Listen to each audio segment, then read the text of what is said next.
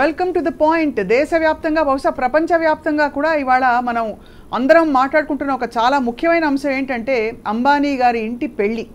ఈ పెళ్ళి చాలా హడావిడిగా, సందడిగా, అంగరంగ వైభవంగా జరిగింది. ఇది అందరూ ఎదురు చూసిన ఒక పరిణామమే. అయితే కొంతమంది బహుశా తెలుసుకుందామని అనుకుంటున్న విషయం ఏంటంటే ఆషాఢ మాసంలో మామూలుగా పిల్ల అంటే ఇంటి కోడలు కూడా అత్తవారింటి నుంచి పుట్టింటికి వెళ్ళడం మన ఆనవాయితీ.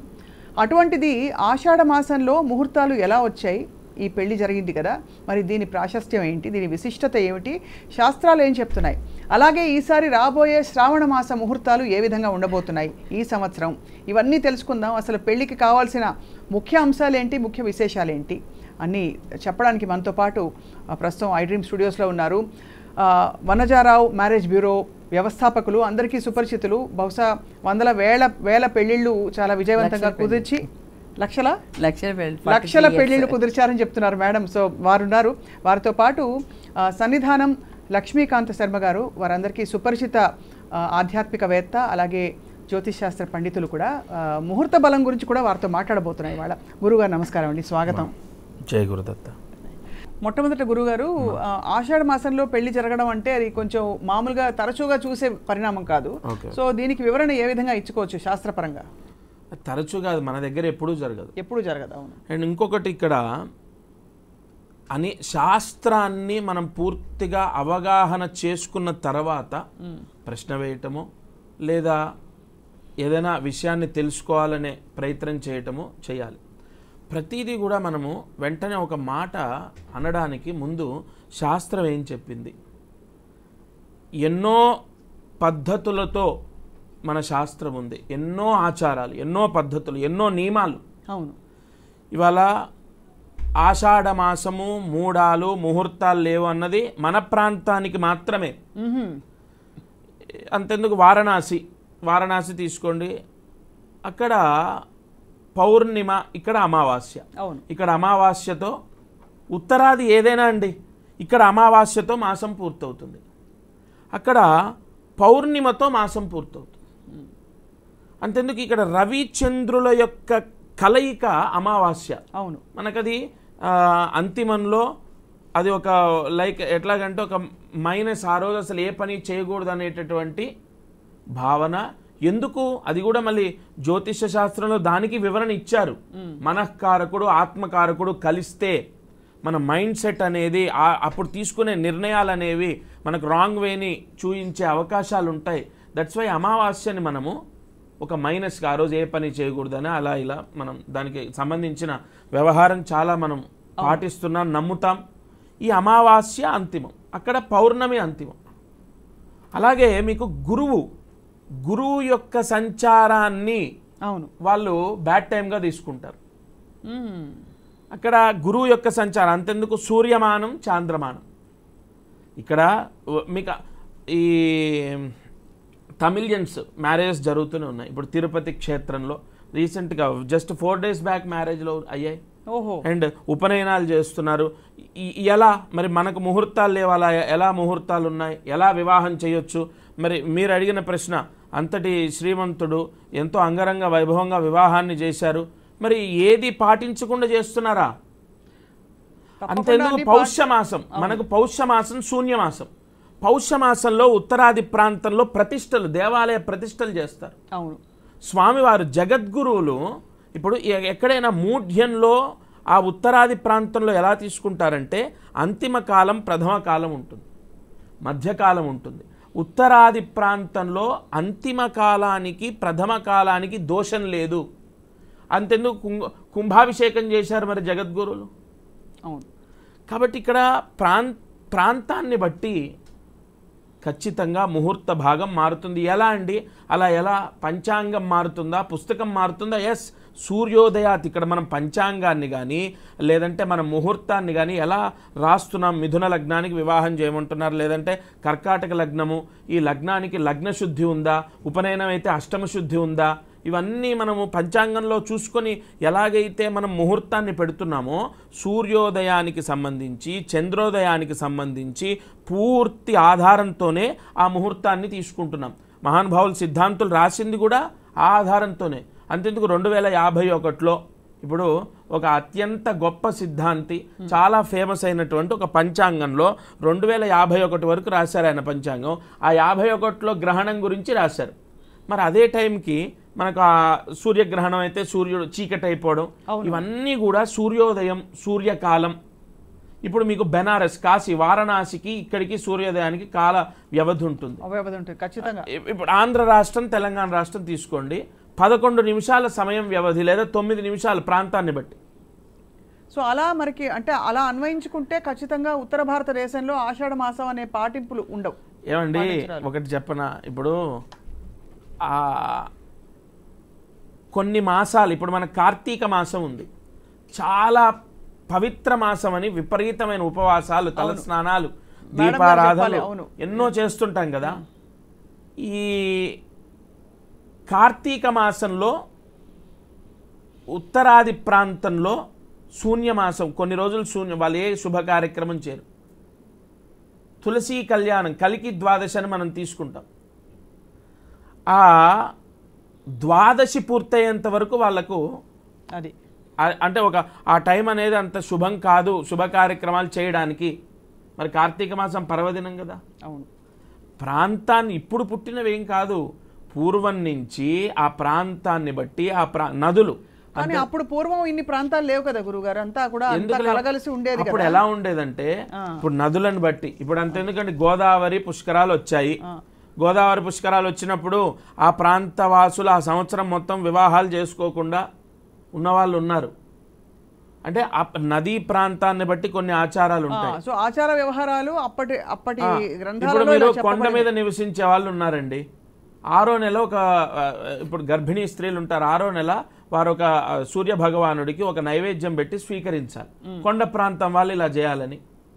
అవన్నీ కూడా ఏదో ఒక ఇన్సిడెంట్ని ఆధారంగా తీసుకొని పుట్టినవి, శాస్త్రాన్ని గ్రహస్థితిని అన్వయం చేసి రాసినటువంటివి ఇవన్నీ. చాలా చక్కగా మొదలుపెట్టి వివరించారు శర్మ గారు.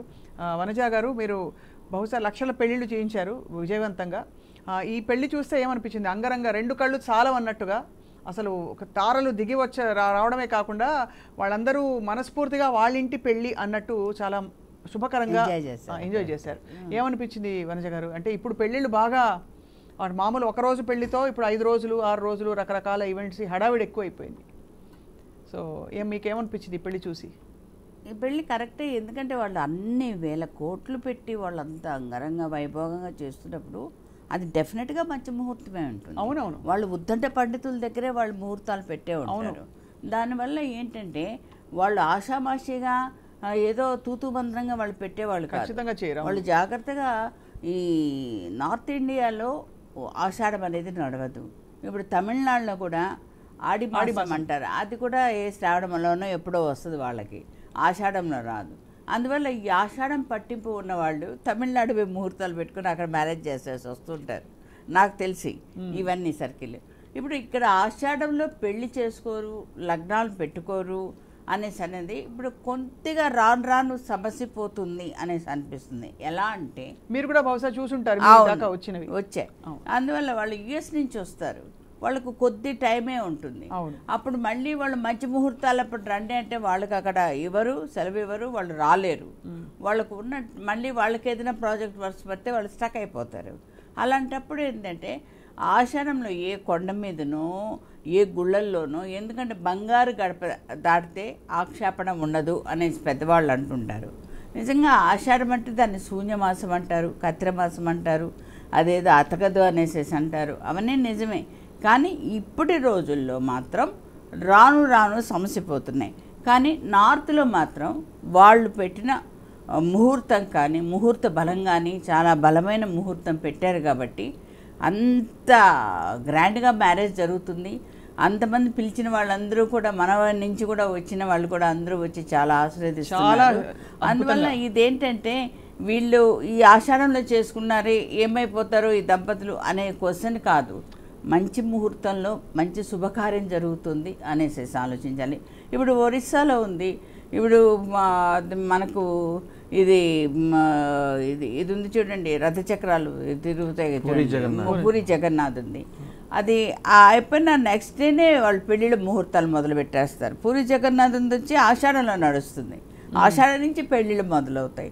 మనకు అమావాస్య నుంచి అమావాస్యకి నెల అవుతుంది కరెక్టే, వాళ్ళకి పౌర్ణమి నుంచి పౌర్ణమికి నెల లెక్క పెడతారు. పౌర్ణమి నుంచి పౌర్ణమి పౌష్యమాసంలో అమ్మా, పౌష్యమాసంలో ప్రతిష్టలు చేస్తారు అక్కడ. అదేంటి నా కోడలు భువనేశ్వరి కాబట్టి నా కోడలు అదే నవరాత్రులు నడుస్తున్నాయి కదా, అప్పుడు ఏంటి అయిపోయిందంటే లేదా మా పౌర్ణమితో అయిపోయింది కదా అంటారు. మన అమావాస్యతో మనకు అయిపోయింది నవరాత్రులు, కానీ వాళ్ళకి అలా కాదు. అందువల్ల ఏ ప్రాంతంలో జరిగేటివి అచ్చట ముచ్చట అవన్నీ మనం సంతోషించాలి, అభినందించాలి. కానీ ఇది మాకు ఆషాఢం, ఇది మాకు శూన్యమాసం, మాకు కత్తిర మాసం, ఇది మీరు చేయకూడదు కదా అనే ప్రసక్తే ఉండదు. అయితే చాలా మందికి సందేహం ఉంది, వెసులుబాటు ఉందా అంటే అందరూ ఇలా చేసుకోవచ్చునా, జాతకాల పరంగా ఏమైనా పరిహారాలు ఉంటాయా వంటి చాలా ప్రశ్నలు వస్తాయి. అంటే మీరు అన్నట్టు నిజంగా అమెరికా నుంచో లేకపోతే వేరే దేశాల నుంచి సమయం తక్కువ ఉంది కాబట్టి చూడడానికి ఉండదు. అలాంటి వెసులుబాట్లు ఏమైనా మిమ్మల్ని అడుగుతుంటారా? తప్పకుండా అడుగుతూ ఉంటారు. కొన్ని ప్రాంతాల్లో వెళ్ళి చేసుకుంటూ ఉంటారు మ్యారేజెస్. అందువల్ల ఎక్కువగా కూడా ఈ శ్రీనగర్ కాలనీ వెంకటేశ్వర స్వామి గుడిలో కానివ్వండి, తిరుపతి కొండ మీద కానివ్వండి, యాదగిరి గుట్టలో కానీ ఇలాంటివి ఎక్కువ చేస్తూ ఉంటారు. ఎందుకంటే అక్కడ చేస్తే ఏ దోషాలు అంటవు అనేసి కూడా ఆ నమ్మకం అనేది ఉంది కాబట్టి. ఇప్పుడు ప్రతిదీ స్పీడ్ యుగం అయిపోయింది. ఈ స్పీడ్ యుగంలో ఫాస్ట్గా ఏదో మనకు మళ్ళీ వచ్చిన వాళ్ళు అంత దూరం నుంచి రాలేరు కదా అనేసి కూడా అంటుంటారు. పాత రోజుల్లో మాఘమాసంలో ప్రసిద్ధి పెళ్ళిళ్ళకు అంటారు. ఎందుకని అప్పుడు మంచి పంటలు పండుతాయి, వాళ్ళకు మంచి కాయగూరలు ఉంటాయి, మంచి పాలు ఉంటుంది, బాగుంటుంది, అన్నీ బాగుంటుంది. కాబట్టి వాటితో పాటు ఉత్తరాయణ పుణ్యకాలం అక్కడ మనకు. మీకు అక్కడ రవి సంక్రమణం జరిగిన తర్వాత శుభగ్రహాల యొక్క యోగం ఎక్కువ ఉంటుందమ్మా.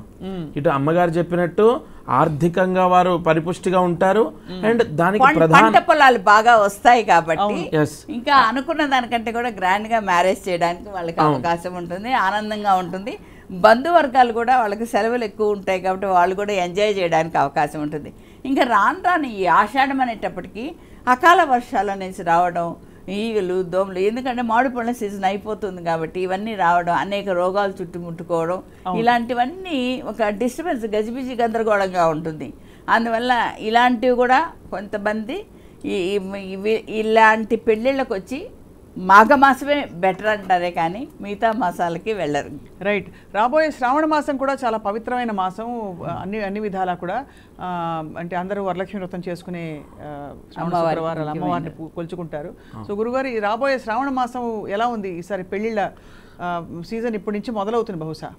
ఈ వివాహం అంటే ముందు ఒక చిన్న మాట చెప్పి నేను అది ప్రారంభిస్తాను. ఇప్పుడు వారు ముఖేష్ అంబానీ గారి వంశము తీసుకున్న నిర్ణయం వారి సొంత నిర్ణయం ఏం కాదు, ఇప్పుడు వీరు చెప్పినట్టు అక్కడ బార్హస్పత్యమాన ప్రకారం సూర్యమానం, చంద్రమానం, బార్హస్పత్యమానం ఇవన్నీ ఉంటాయి. అండ్ మనం చెప్పినట్టు సూర్య చంద్రుల యొక్క మీరు ప్రాంతాన్ని, మీరు ఇక్కడి నుంచి అమెరికాకి వెళ్తే టైం 12 అవర్స్, 9.5 అవర్స్, 10 అవర్స్ ఎలా డిఫరెంట్ అయితే ఉంటుందో, మీకు తిథులు కానీ లగ్న కాలం కానీ ఇవన్నీ కూడా మనకు ప్రాంతాన్ని బట్టి మారుతుంటాయి. అలాగే ఒక్క మాట చెప్పేది ఏంటంటే వాళ్ళ కుటుంబానికి వారు చేసినటువంటి ఈ వివాహము ఎంతోమంది ఆశీస్సులతో, వారు భార్యాభర్తలు ముఖ్యంగా వారి అబ్బాయి ఆరోగ్యంతో ఉండాలి, వారి అన్యోన్య దాంపత్యంతో ఉండాలి, అది మనస్ఫూర్తిగా కోరుతున్నాను. అండ్ దీనికి ఒక క్లారిటీ ఏంటంటే వారు బార్హస్పత్యమాన ప్రకారం వాళ్ళ పండితులు ఎవరైతే ఆ ప్రాంతానికి సంబంధించి ఏదైతే ఆ సిద్ధాంత భాగం ఉందో అంతెందుకండి, ముహూర్త గణపతి, ముహూర్త దర్పణం, ఎన్నో పుస్తకాలు, గ్రంథాలు మనకు అనేక గొప్ప విషయాలని వర్ణించాయి. ముందు అసలు వాటి పేర్లు కూడా మనకు తెలియదు. ఇప్పుడు మీరు అనే కామెంట్ చేసే వాళ్ళకు. దట్స్ వై తప్పకుండా ఆ కుటుంబం సంతోషంగా ఉండాలి, ఆ దంపతులు చల్లగా వర్ధిల్లాలి, ఆ ముహూర్తంలో దోషం లేదు. అండ్ ఇక ఎంతోమంది ఇక్కడ ఆత్మతృప్తి అయింది, వారి ఆతిథ్యాన్ని స్వీకరించారు, అందరి ఆశీస్సులు ఉంటాయి, మనం కూడా ఈ రకంగా ఆశీర్వదిస్తున్నాం. ఇక శ్రావణ మాసానికి వెళ్తే శ్రావణ మాసంలో ముహూర్తాలు ఉన్నాయమ్మా, కానీ ప్రతి సంవత్సరం లాగా కాకుండా అంటే ఎలా అంటే 75%, 70% పెట్టుడు ముహూర్తాలు, ఇక బ్రహ్మాండమైన ముహూర్తాలు 50%, 55% ఉన్నాయి.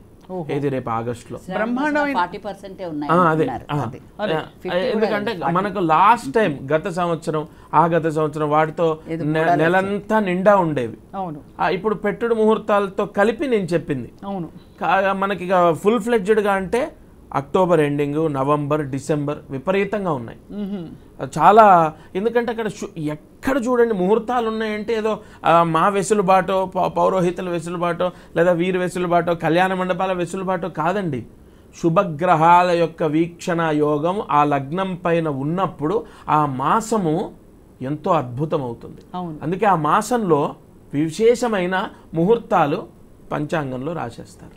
అది నాకు ఒక డౌట్. శుభగ్రహాలన్నీ ఒక చోట ఒక లగ్న బలంలో బలంగా కలిసాయి, ఈ రోజే మంచి రోజు, ఈ రోజు కొన్ని లక్షల పెళ్ళిళ్ళు అవుతున్నాయి హైదరాబాద్లో అనేసి ఎన్నోసార్లు వింటూ ఉన్నాం కదా.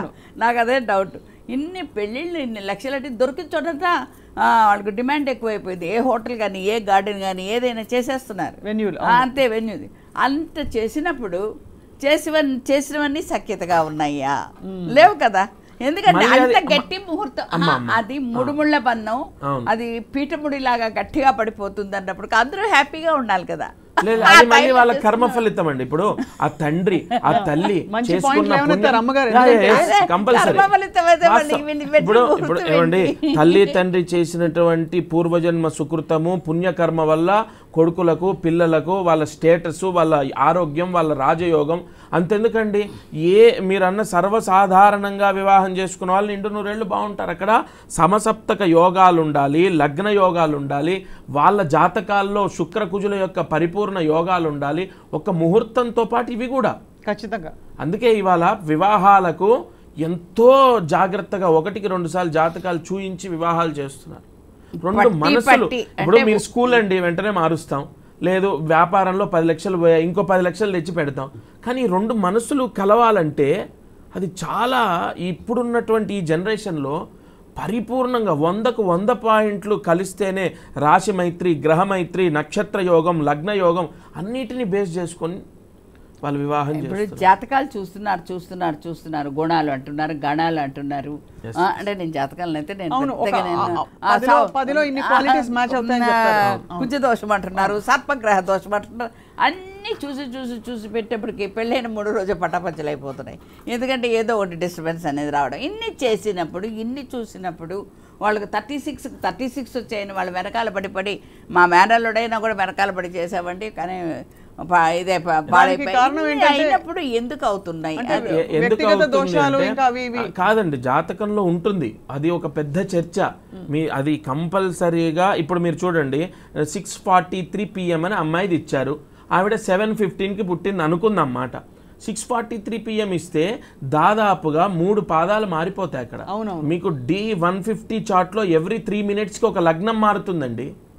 అప్పుడు నీకు అక్కడ అంతెందుకంటే గొడవలు పడుతూ జీవితాంతం కలిసి ఉన్న వాళ్ళు ఉన్నారు, పిల్లల గురించో లేదంటే ఒకరినొకరు వదులు, కానీ ఎప్పుడు గొడవలు అవుతూనే ఉంటాయి. బట్ వాళ్ళు మాత్రం విడిపోరు.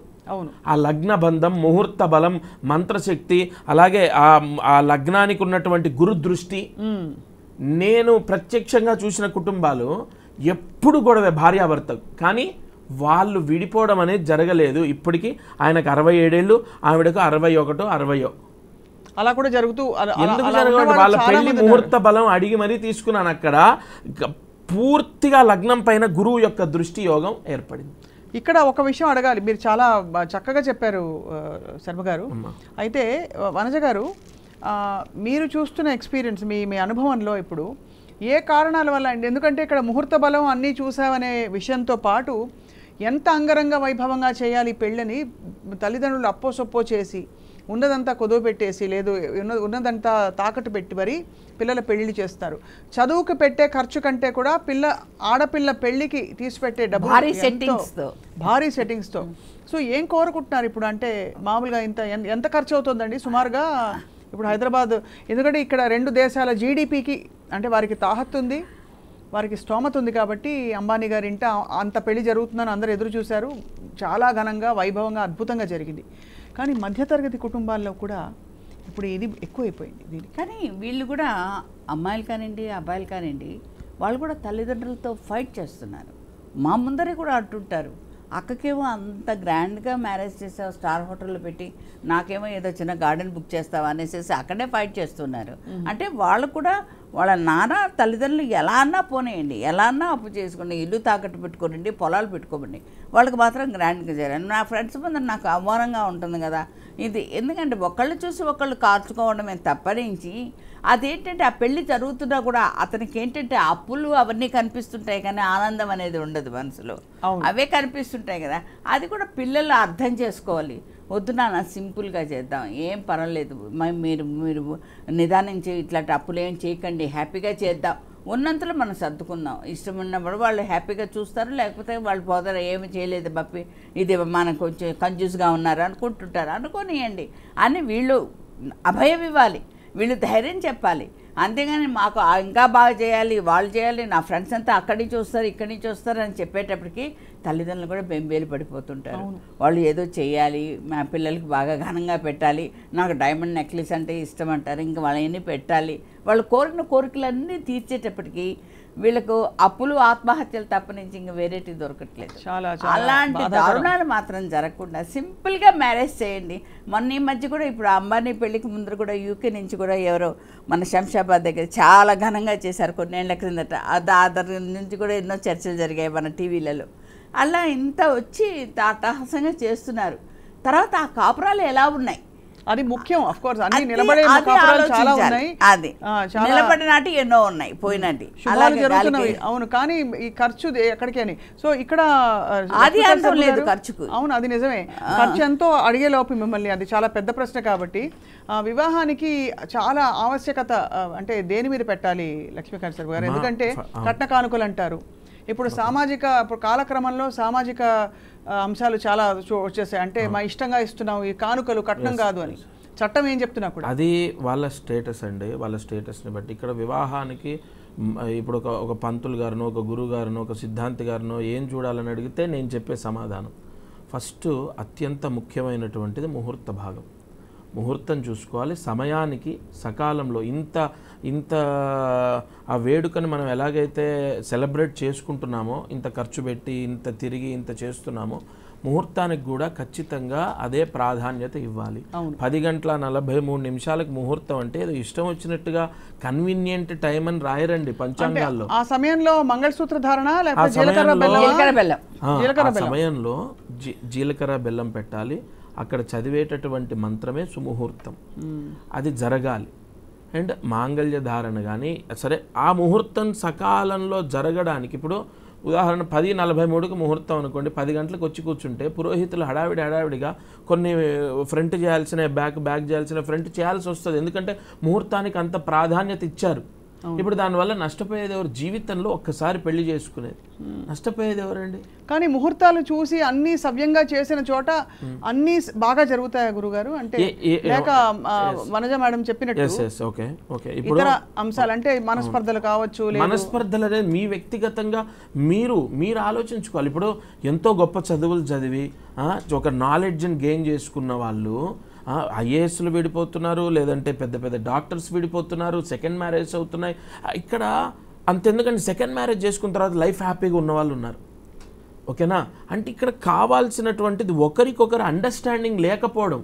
ఆవిడకు పెళ్ళే జాతకంలో లేదు, లేదంటే ఆవిడ ముహూర్తమే చెడ్డది, ముహూర్తాలు అన్నీ చూసినా కూడా వాళ్ళు కలిసి ఉంటారని గ్యారంటీ ఇస్తారా? మరి సెకండ్ మ్యారేజ్ వాళ్ళిద్దరు జాతకాలు చూసుకొని చేసుకున్న తర్వాత ఇప్పుడు యూకేలో ఉన్నారు, ఇద్దరు అమ్మాయిలు, వాళ్ళకు హ్యాపీగా ఉన్నారు లైఫ్. అలా కూడా జరిగిన నాకెందుకు అంత బండ గుర్తంటే, నా మొట్టమొదటి పెళ్ళి నా పురోహితం నేను ప్రారంభించినప్పుడు నా చేతి మించి చేసిన పెళ్ళి అది తిరుపతిలో నేను చేశాను. రైట్. కాబట్టి ఇక్కడ ఒకటమ్మా, మేము చెప్పే ముహూర్తాలు, మేము చెప్పే జాతకాలు ఇవన్నిటితో పాటు అసలు అత్యంత ముఖ్యమైనది మీరు ప్రతి చిన్న విషయానికి అరవటం, ప్రతి చిన్న విషయానికి ఈగో క్లాసెస్, ప్రతి చిన్న విషయానికి గొడవలు పడితే ఎంత పెద్ద జాతకం బాలేని వాళ్ళైనా బాగున్న వాళ్ళైనా అవి నిలబడవు. బంధాలు ఏ బంధాలైనా అంతే కదండి. వివాహ 100% ఇక్కడ విభిన్నమైన రాసుల్ని కానీ విభిన్నమైన నక్షత్రాలని కానీ కలిపినప్పుడు పేర్ల మీద ఇప్పుడు వారు అన్నట్టు హడావిడిగా వచ్చి ఎక్కడో తమిళనాడు వెళ్ళి పెళ్లి చేసుకుంటా అంటారు, అక్కడ దోషం ఏర్పడుతుంది. అక్కడ దోషం ఏర్పడుతుంది. తమిళనాడు వెళ్ళినంత మాత్రాన ఎలా మారుతుందండి అంటే వాళ్ళ ఇంటి ఆచార వ్యవహారాలు. ఇప్పుడు నేను వెళ్ళి కాశీలో కూర్చొని అలా కాదండి. ఆ దోషమే. నువ్వు పుట్టిన పుట్టుకెక్కడ, నీ లగ్నము, నీ నక్షత్రాన్ని, నువ్వు ఫలానా నల్గొండలో పుట్టావని చెప్పి నేను లగ్నం తీసుకుని ఆ డిగ్రీలు, లగ్నం ఎన్ని డిగ్రీలో పడింది, మళ్ళీ ఆ లగ్నం ఎన్నో పాదంలో వచ్చిందని రాస్తున్నప్పుడు నీ పెళ్లి ముహూర్తం నేను అలాగే పెట్టాను కదా, నువ్వు వెళ్ళిపోయి ఇక్కడ ముహూర్తాలు అమెరికాలో టైం వెళ్ళి అసలు లైఫ్లో ఒక్కసారే కదా పెళ్లి చేసుకునేది అనే ఆ ఆవేదనతో నువ్వు లేదా ఆలోచనతో టైం తీసుకొని ఇంకో 6 months 4 months ఆగి ఇక్కడే ఉన్న ముహూర్తంలో పెళ్లి చేసుకోవాలి. చూడమ్మా, అన్ని గుణాలు గణాలు టైంలు అన్నీ చూసుకొని పర్ఫెక్ట్గా పెట్టినా కూడా అవి సక్సెస్ కాలేదని నా ఉద్దేశం. ఎందుకంటే ఇప్పుడు Apollo hospital doctors, rainbow hospital doctors వీళ్ళంతా వస్తుంటారు, లేడీ డాక్టర్స్. నేను time of birth, place of birth కూడా రాసుకోండి అంటే వాళ్ళు అంటూ ఉంటారు, మేము లేబర్ వాళ్ళు ఎంత కష్టపడుతున్నాం మాకేం తెలుసు, మీకేం తెలుసండి. ఆ బిడ్డను తలకిందలేసి ఏడ్చేంత వరకు మేము నీళ్లు చల్లేసేసి ఆ బిడ్డను అంతా టచ్ చేస్తుంటాం, ఎక్కడ ఏడుపు వినపడాలి కాబట్టి. ఆ బిడ్డ ఏడ్చేంత వరకు అప్పుడు మేము క్లీన్ చేసి తీసుకొని వస్తుంటాం. మీరు డేట్స్ అన్నీ రాస్తుంటారు. గడియ మారితే జాతకం మారినట్టే కదా. పాత రోజుల్లో వచ్చి శిరసోదయం అనేసి రాణిగారు డెలివరీ అవుతున్నా కూడా కట్టిన పక్కన సిద్ధాంతులు ఉండేవాళ్ళు. వాళ్ళు ఒక శిరస్సు రాగానే పుట్టేది ఆడ మగ, పుట్టేది దేశానికి మంచిదా లేకపోతే అరిశ్రమ అనేసి చెప్పేటప్పటికి వాళ్ళు ఆ బిడ్డను ఉంచుతారో పోగొడతారో అది వేరే సంగతి అండి. ఈ జాతకాలు మాత్రం ఎన్ని ఇట్లా వచ్చేస్తాయి. ఇప్పుడు అలా కాదు కదా, టైం చూసి డేట్ చూసి ఆపరేషన్లు చేసి తీసేస్తున్నారు బిడ్డల్ని. ఇప్పుడు దానిలో జాతకాలు ఎలా తెలుస్తుంది? ఎలా తెలుస్తుందంటే గురువు మకర రాశిలో ఉన్నాడండి, సంవత్సరం మొత్తం ఉన్నాడు. ఆ మకర రాశిలో గురువు నీచ. ఇప్పుడు మీరు ఎంత టైం చూసి ఎంత ఇచ్చినా కూడా ఆ గురువు మకర రాశిలోంచి కదలడు సంవత్సరం వరకు. డెలివరీ ఆగుతుందండి 1 year వరకు, కానీ ఆ సంవత్సరంలో పుట్టిన చాలా మంది పిల్లలకు విద్యా దోషం ఏర్పడుతుంది. కన్ఫామ్ అది ఎన్ని చూసుకోండి మీరు ఎక్కడో ఒక దగ్గర. ఇక్కడ ఇంకొకటి, ఇప్పుడు ఉదాహరణకు మా అమ్మాయి సపోజ్ నేను వాంటెడ్గా కావాలని జాతకాలు నాకు తెలుసు అని చెప్పేసి నేనే ఒక టైం చూసి వాంటెడ్గా నేను ఆపరేషన్ చేసి సిజరిన్ చేసి తీయించాను అనుకోండి, ఎక్కడో ఒక దగ్గర డాక్టర్, నేను కళ్ళారా ఒక జ్యోతిష్కుడు నాకు చాలా క్లోజ్ ఫ్రెండ్ నన్ను అడిగితే టైం అవి వద్దు, డాక్టర్ డేట్ ఇచ్చింది చేయించు, వచ్చిన లగ్నాన్ని బట్టి ప్రాయశ్చిత్తాలు ఉంటే మనం చేద్దామని చెప్తే వాంటెడ్గా ఆయన ఒక ముహూర్తం తీసుకున్నారు. 10:52 అయితే అదే డాక్టర్కి ఇబ్బంది అయ్యి 11:36 ఆమె సిజరిన్ చేసింది. ఏమండి, కర్మని ఎవ్వరూ మార్చలేరు. అంతెందుకండి, ఇంకొకటి చెప్తాను, ఒక చిన్న ఉదాహరణ. అన్నీ తెలుసు అనుకొని ఒక ఏమీ తెలియని పంతుల దగ్గరికి వెళ్ళి అక్కడ 2 విభిన్నమైనటువంటి గ్రహాల కలయికలో ఒక జననాన్ని వీళ్ళు చేశారు. అంటే ముహూర్తం రాసుకొని ఆ డేట్లో డెలివరీ చేసుకున్నారు వాళ్ళు, ఏది సిజరిన్ చేయించారు. అతనికి మైండ్ అనేది ఇంకా అప్గ్రేడ్ అవ్వలేదు. చూడండి, యాక్చువల్లీ మీరు ఒక డాక్టర్ దగ్గరికి వెళ్తారమ్మా, లేదా ఒక పంతుల దగ్గరికి వెళ్తారు, ఆయనకు నాలెడ్జ్ ఎంత ఉందనేది మీకు ఐడియా ఉండదు, జస్ట్ మీరు వెళ్తారు. అది కూడా మీ టైము మీ కర్మను బట్టి మీరు రాంగ్ డైరెక్షన్లో వెళ్ళాలా రైట్ డైరెక్షన్లో వెళ్ళాలి ఉంటుంది. మీరు వెళ్ళి కనుక్కొని పలానా జూలై పలానా 29వ తారీఖు మీకు ఆపరేషన్ బాగుంటుందని రాసిస్తాడు ఆయన. ఎందుకు? ఏకాదశి బుధవారం అద్భుతం, అది basic. A for apple basic knowledge. A for apple ఒక్కటేనా? A for animal, A for ఎన్నో ఉన్నాయి కదా.